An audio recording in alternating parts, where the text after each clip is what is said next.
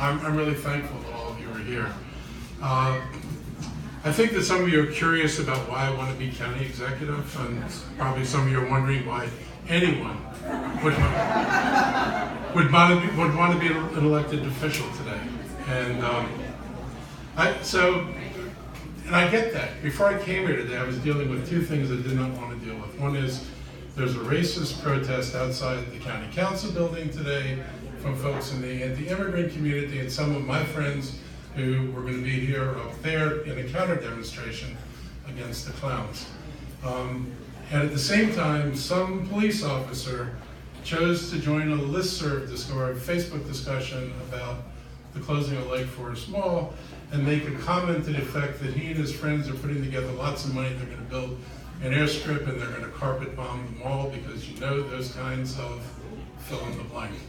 And I'm just stunned because this kind of thing breaks down the kind of trust we have between the police and the community. If someone's talking about how you ought to be bombed, it's very hard to conceive about how that officer is going to look at it after your well-being and protect the community.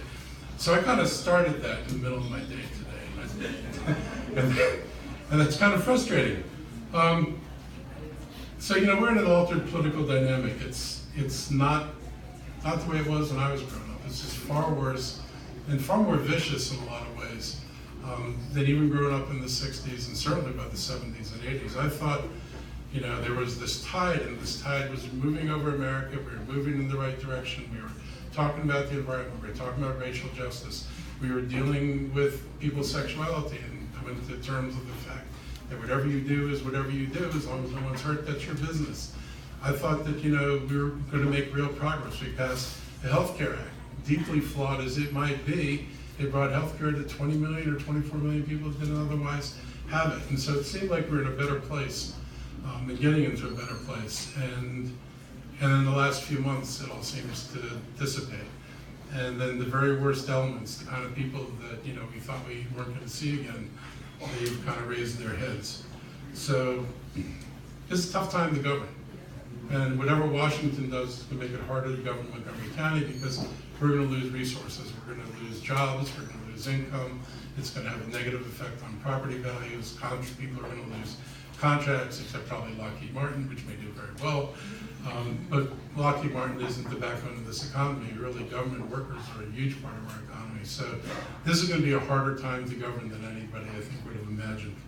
I want to tell 3 little stories about myself because I think more than any policy, you ought to understand where a person comes from and what their values are, why you make the decisions you do.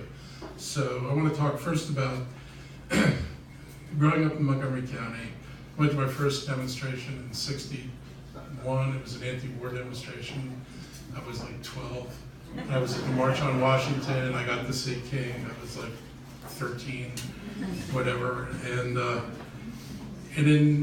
in that, I guess, 1962 or 63, I was at Montgomery Hills Junior High School, and they had a debate in the junior high school about civil rights, because civil rights was, you know, the hottest topic in the country in the early 60s. And it was a pro and con debate, and the pro side was everything you would expect. I mean, the right arguments have always been the right arguments.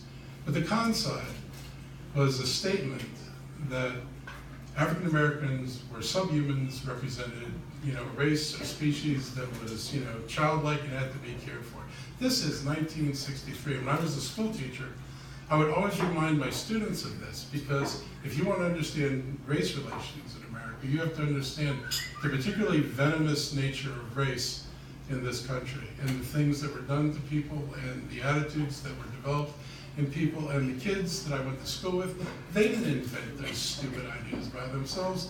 They got them from their parents. And their parents didn't invent those ideas. They got them from their parents. And